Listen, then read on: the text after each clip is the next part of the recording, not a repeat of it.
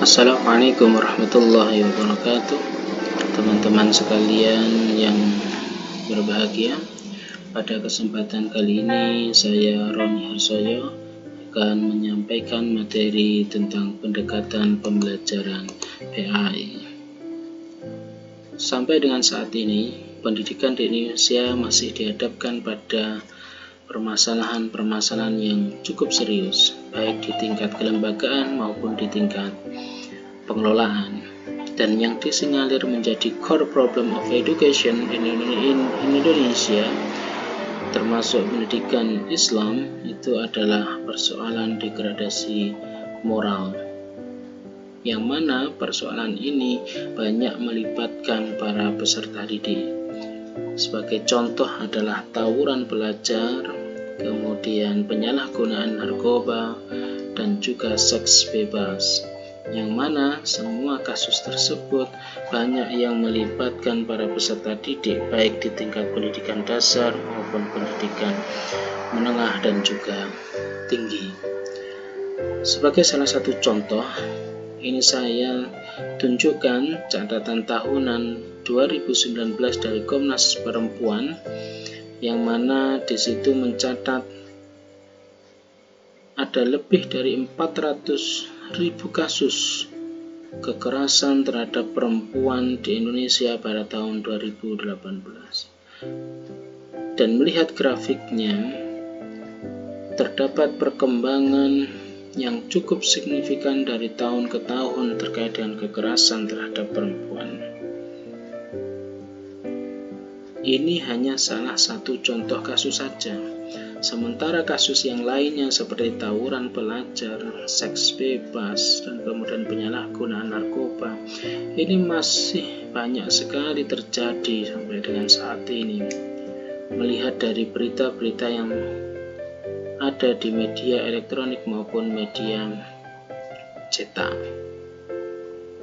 Tentunya dari berbagai kasus degradasi moral ini mengindikasikan bahwa peranan pendidikan agama Islam itu masih belum optimal dalam menjalankan perannya, atau bahkan sebagian kalangan menganggap bahwa pendidikan agama Islam masih gagal dalam mentransferkan nilai-nilai ajaran agama Islam untuk menjadi pedoman hidup dalam kehidupannya. Nah, kemudian yang menjadi pertanyaan adalah, apa yang salah dengan pendidikan agama Islam? Ada pendapat yang mengatakan bahwa yang salah dari pendidikan agama Islam itu yang pertama adalah cakupan materinya. Materi pendidikan agama Islam itu lebih menekankan pada materi-materi yang sifatnya adalah individu. Materi akhlak atau nilai moral itu masih sedikit sekali yang menyentuh pada aspek sosial. Materi-materi yang diajarkan semisal kerja keras, kemudian zuhud, tawakal, teliti, sabar, dan seterusnya, itu hanya menekankan bagaimana peserta didik untuk soleh dalam aspek individu.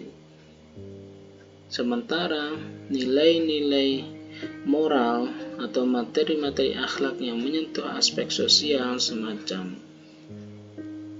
menjauhi perbuatan tercela, adu domba, takabur, dan seterusnya, itu mereka hanya dituntut untuk menjauhi saja, tanpa kemudian memberikan porsi yang lebih banyak agar mereka melakukan perbuatan-perbuatan yang terpuji. Kemudian yang kedua adalah orientasi materi. Nah, orientasi materi yang diberikan kepada peserta didik itu hanya berorientasi pada pengetahuan agama Islam. Jadi peserta didik itu diarahkan hanya untuk menguasai pengetahuan dalam ajaran agamanya. tanpa menyentuh ranah afektif maupun psikomotorik. Dan yang ketiga adalah proses pembelajaran. Dalam proses pembelajaran itu, para pendidik hanya mengembangkan kapasitas intelektual tingkat rendahnya saja, atau low order thinking skill, tanpa mengembangkan kapasitas intelektual tingkat tinggi atau higher order thinking skill. Jadi mereka hanya dilatih untuk bisa menyebutkan, hanya bisa menghafal, hanya bisa menjelaskan, tanpa mereka dilatih untuk berpikir kritis terhadap persoalan-persoalan yang muncul dalam kehidupan mereka. Kemudian yang keempat adalah capaian pembelajaran.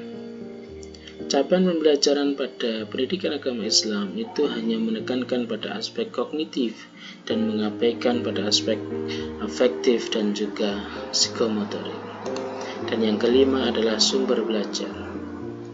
Sumber belajar yang diberikan kepada peserta didik itu hanya lebih banyak tekstual dan tidak kontekstual sama sekali.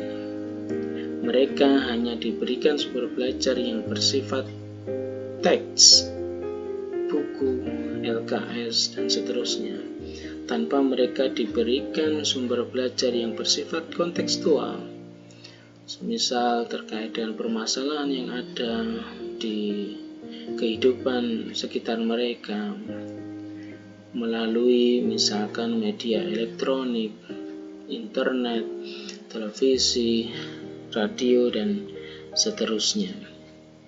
Nah, dari kelima permasalahan inilah maka kemudian pendidikan agama Islam kurang menemukan perannya secara optimal. Nah, maka kemudian apa yang dibutuhkan oleh pendidikan agama Islam? Nah, yang dibutuhkan saat ini adalah pendidik.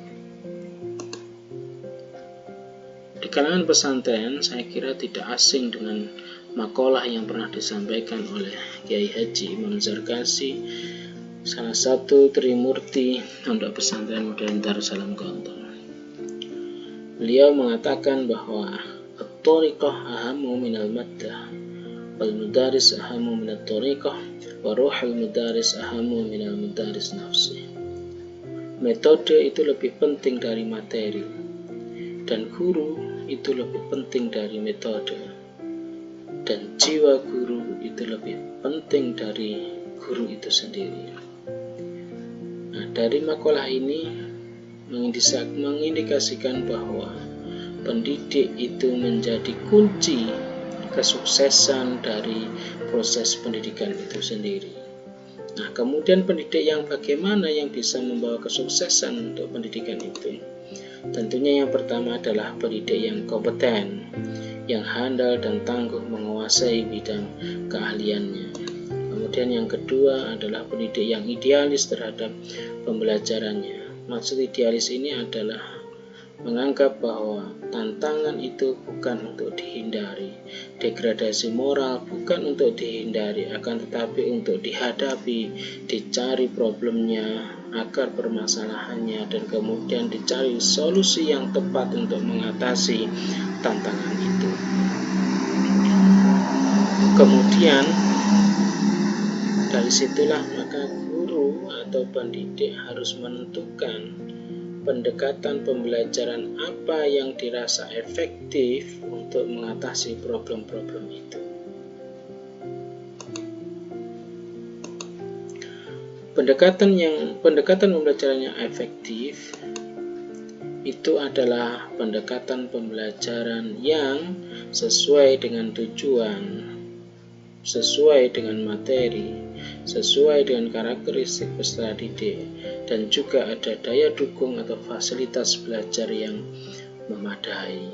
Karena pendekatan pembelajaran itu menjadi cara pandang yang diambil oleh guru untuk menentukan proses pembelajaran, untuk mendesain proses pembelajaran yang nanti akan dialami oleh para peserta didiknya.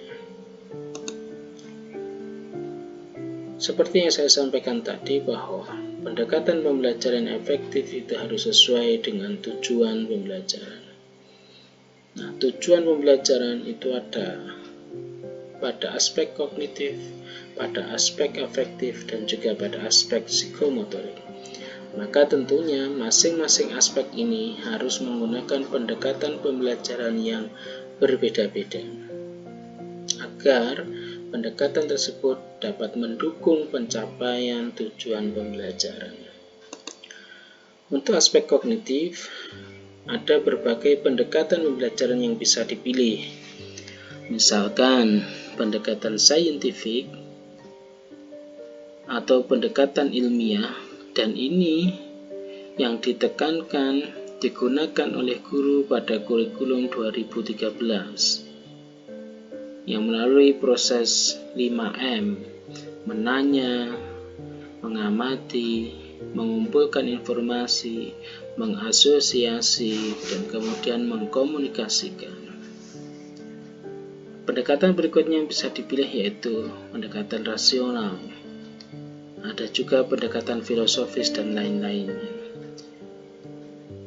Nah, pendekatan-pendekatan ini diarahkan bagaimana agar siswa itu mampu mengembangkan aspek kognitif atau pengetahuannya. Kemudian yang kedua, ada tujuan pembelajaran pada aspek afektif. Tentunya pendekatan pembelajaran yang dipilih harus sesuai dengan tujuan pembelajaran untuk mengembangkan aspek afektif siswa. Misalkan, guru bisa memilih pendekatan keteladanan, bisa memilih pendekatan pembiasaan, dan juga bisa memilih pendekatan akhlak, yang mana semuanya mengarah kepada pencapaian tujuan pembelajaran pada ranah afektif. Kemudian tujuan pada ranah psikomotorik. Berbagai pendekatan bisa dipilih guru, misalkan pendekatan pengalaman, pendekatan proses, dan juga pendekatan pembiasaan. Pada pendekatan ini, siswa dilatih untuk melakukan sendiri terkait dengan pengalaman belajar yang diberikan. Dengan demikian mereka akan berkembang aspek psikomotoriknya secara optimal. Dan inilah berbagai pendekatan yang bisa dipilih guru sesuai dengan tujuan pembelajaran. Dan masih banyak pendekatan-pendekatan yang lain yang bisa teman-teman sekalian pelajari. Saya kira itu yang bisa saya sampaikan. Terima kasih. Wassalamualaikum warahmatullahi wabarakatuh.